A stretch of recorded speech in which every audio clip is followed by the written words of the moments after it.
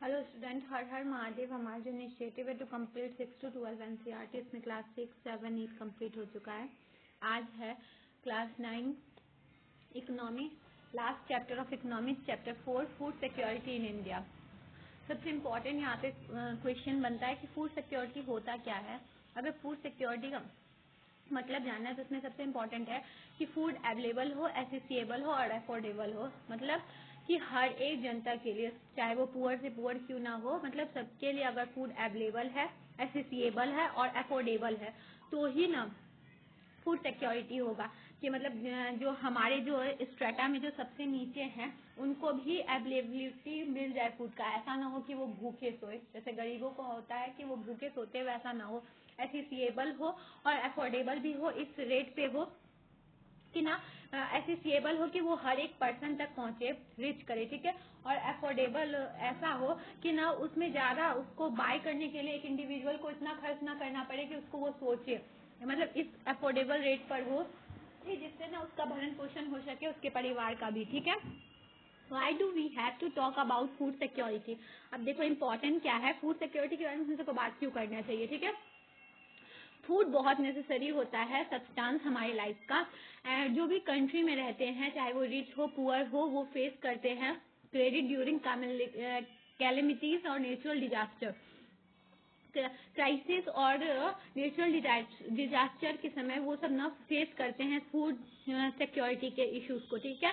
It needed to ensure that each individual of country have access to safe and healthy food.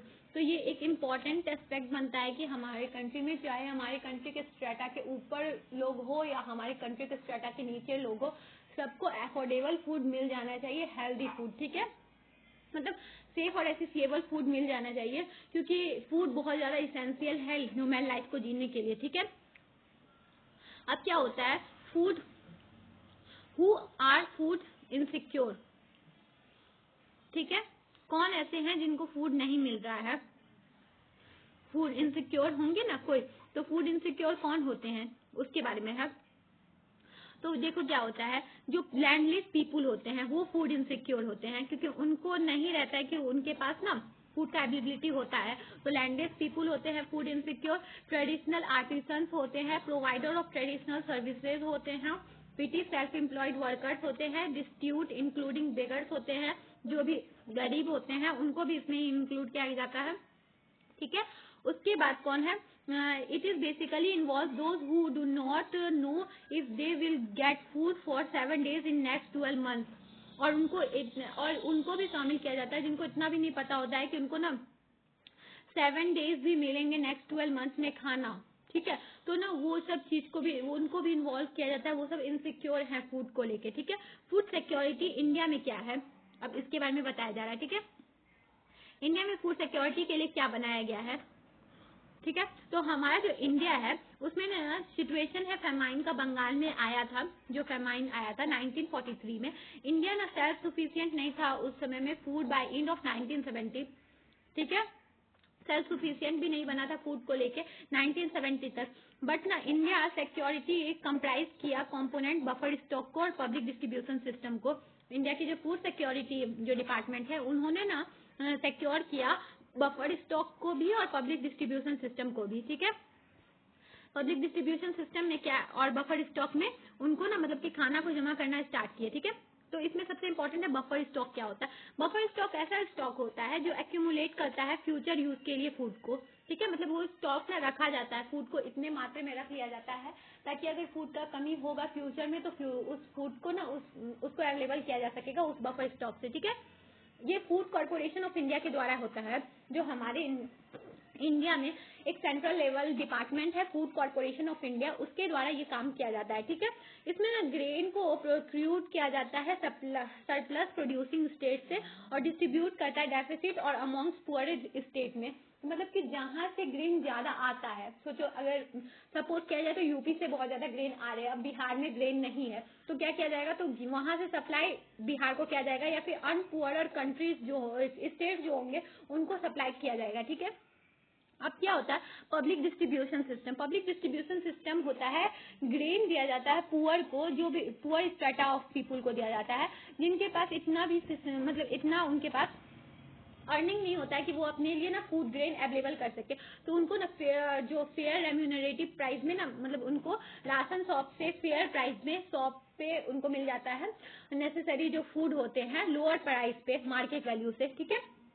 मतलब government initiative डालते हैं कि ना अगर जैसे मार्केट में 10 रुपीज है, किसी भी 10 रुपी पर केजी है किसी भी जैसे चावल का या फिर गेहूं का प्राइस है, तो उसको ना अगर 2 रुपी पर केजी गवर्नमेंट उनको दे देते हैं पुअरर पर्सन को, ठीक है। क्योंकि इससे क्या होगा कि वो उनके लिए अवेलेबल हो जाएगा फूड, और फूड बहुत ज्यादा इंपॉर्टेंट सोर्स है, तो उनको गवर्नमेंट का ये अब दायित्व बनता है कि वो अपने जितनी भी जनता है उनका फूड सिक्योरिटी का जो प्रॉब्लम हो उसको खत्म करे। तो इसलिए वो राशनिंग करते हैं, और जितने भी मार्केट वैल्यू होता है उससे कम वैल्यू पे ना पुअरर पर्सन को, जो पुअरर स्ट्रेटा हमारे कंट्री के हैं, उनको ना फूड सप्लाई किया जाता है, ठीक है। Evaluation of public distribution system. अब देखो हमारा जो पब्लिक डिस्ट्रीब्यूशन सिस्टम है वो कैसे इवेल्युएट हुआ है, ठीक है।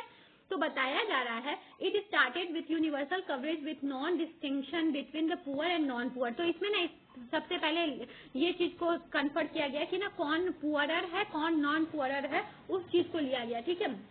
और फिर ना इसमें टारगेट किया गया 1992 में ना डिस्ट्रीब्यूशन सिस्टम को इंट्रोड्यूस किया गया, और इसमें टारगेट किया गया 1700 ब्लॉक्स को कंट्री का, और फोकस किया गया रिमोट और बैकवर्ड एरियाज पे, ठीक है। तो इसमें फूड जो पब्लिक डिस्ट्रीब्यूशन सिस्टम है इसको 1992 में स्टार्ट किया गया, और इसमें देखा गया कि 1700 ब्लॉक्स को यहाँ पे पहले टारगेट किया गया, और उसमें देखा गया कि वहाँ पे कहाँ पे रिमोट एरिया और बैकवर्ड एरिया में फूड का अवेलेबिलिटी नहीं है, वहाँ पे फूड को पहुंचाया गया, ठीक है। 1997 में ना टारगेटेड पब्लिक डिस्ट्रीब्यूशन सिस्टम आया, टारगेट किया all poor of the country को, ठीक है। उसके बाद 2000 में 2 स्कीम आया जिसमें था अंत्योदय अन्न योजना और अन्नपूर्णा स्कीम। इसके द्वारा क्या किया गया कि फूड के अवेलेबिलिटी को, जो फूड के सिक्योरिटी को प्रोवाइड किया गया poorer strata of our country को, ठीक है। उसके बाद क्या बताया जा रहा है, क्रिटिकल एनालिसिस ऑफ पीडीएस। अब देखो क्रिटिकल एनालिसिस कैसे कर सकते हैं पीडीएस का, जो पीडीएस सिस्टम है उसका भी कुछ प्रॉब्लम भी होगा, क्रिटिकल एनालिसिस भी होगा उसका, ठीक है। तो इसमें ना बताया जा रहा है कि हेल्प किया गया स्टेबलाइजिंग प्राइस में और making food affordable and available. ये जो पीडीएस सिस्टम था वो क्या किया, हेल्प किया कि प्राइस को मतलब सही बना के रखा जाए, स्टेबलाइज करके रखा जाए, और अफोर्डेबल और अवेलेबल किया जाए poorer strata of the country को, ठीक है। रिमूव किया वाइड स्प्रेड हंगर और फेमाइन को, जो फेमाइन था, भुखमरी था और हंगर जो था उसको ना खत्म करा गया, ठीक है, इसी फूड सिक्योरिटी के द्वारा, पीडीएस के द्वारा, ठीक है। Contribute in increase in food production by providing minimum support price. और इसमें क्या किया गया, मिनिमम सपोर्ट प्राइस पे फूड को प्रोड्यूस किया, फूड को ना कंट्रीब्यूट किया गया। These have been instance of hunger speed being over stocked. और फिर ओवर स्टॉक रहने के बाद भी ना हंगर का इंस्टेंस कुछ कुछ देखने को मिला। ये इसका प्रॉब्लम था, क्रिटिकल एनालिसिस में इसका ये प्रॉब्लम था कि हाँ यहाँ पे बफर स्टॉक में अगर देखा जाएगा तो बहुत ज्यादा अभी भी अनाज है, बट ना अभी भी हमारे जो कंट्री का जो है आधा से ज्यादा लोग अभी भी भूखे सोते हैं। तो क्या होगा, क्या फायदा है उस चीज को रख के, जबकि हमारे पुअर स्ट्रेटा को अगर उसका फायदा ही नहीं हो रहा है, गवर्नमेंट उसका फायदा ही नहीं पहुंचा पा रही है। तो excessive procurement leading to crop getting rotten. और ऐसा होता है कि ये सब चीज को ना इस हिसाब से एक्सेसिव इनका प्रोक्यूरमेंट कर लिया जाता है, जिससे ना जो क्रॉप है वो रूटन रह जाते हैं। कभी कभी ऐसा होता है कि अनाज का ना बर्बाद हो जाता है, खराब हो जाता है, या फिर चूहे खा लेते हैं, वो चीज को बर्बाद कर दिया जाता है इतना स्टॉक में रख के, बट उसको ना poorer strata of the country को नहीं दिया जाता है। कभी कभी ऐसा भी सिचुएशन देखने को मिलता है, ठीक है। Role of cooperative in food security. अब देखो कोऑपरेटिव भी ना कुछ रोल निभाते हैं इस फूड सिक्योरिटी में ना, कोऑपरेटिव का भी कुछ कुछ रोल है। देखो क्या है इनका रोल, ठीक है। तो इनका रोल है कि कोऑपरेटिव ना बहुत इंपॉर्टेंट रोल प्ले करते हैं फूड सिक्योरिटी इंडिया में। वो क्या करते हैं, इंश्योर करते हैं availability of consumable at the control price across the country. तो वो क्या करते हैं, वो इस हिसाब से ना कंज्यूम करने जो कंज्यूमेबल थिंग है उसको इस हिसाब से कंट्रोल करते हैं, मतलब अवेलेबल करवाते हैं, ताकि ना जो poor strata of the country है उनको भी उस चीज का लाभ मिल सके, ठीक है। तो इसमें बताया जा रहा है कि तमिलनाडु में ना अबाउट 94% जो है ना रन करते हैं कोऑपरेटिव में। दिल्ली में मदर डेयरी का ये कोऑपरेटिव प्रोविजन है जो मिल्क और वेजिटेबल को पहुंचाता है दिल्ली गवर्नमेंट, जो डिसाइड किया गया है दिल्ली गवर्नमेंट द्वारा। अमूल भी एक ऐसा ही कोऑपरेटिव सोसाइटी है मिल्क और मिल्क प्रोडक्शन का गुजरात में, ठीक है। It has brought about white revolution in the country, और ये एक अमूल का जो अमूल का जो मिल्क प्रोडक्शन है वो ना एक तरीके से वाइट रेवोल्यूशन हमारे कंट्री में लेके आया है। इसमें ना बहुत सारे ऐसे एग्जाम्पल हैं जो कंट्री में इंश्योर करते हैं फूड सिक्योरिटी हमारी सोसाइटी के लिए, ठीक है। हमारी सोसाइटी के लिए फूड सिक्योरिटी को यही सब इंश्योर करते हैं। तो गवर्नमेंट को भी ऐसा ऐसा इनिशिएटिव बनाना चाहिए, कोऑपरेटिव सोसाइटी को हेल्प करना चाहिए, ताकि वो ना ज्यादा से ज्यादा फूड सिक्योरिटी सबको फैला सके। और गवर्नमेंट भी ऐसे ऐसे स्कीम उनको लाना चाहिए जिससे हमारे जो पुअर स्ट्रेटा है, अगर जैसे कि बफर स्टॉक में बहुत सारा अनाज रखा हुआ है तो उनको अवेलेबल कराना चाहिए पुअर को, ताकि ना जो पुअर है उनको खाने का जो प्रॉब्लम हो रहा है वो प्रॉब्लम खत्म हो सके, ठीक है। इस चैप्टर में बस इतना ही था। ये चैप्टर से ये समझ में आया तो इसके सारे क्वेश्चन को सॉल्व करना है। कोई डाउट हो तो आप कमेंट में पूछ सकते हैं। I hope you understand. Thank you.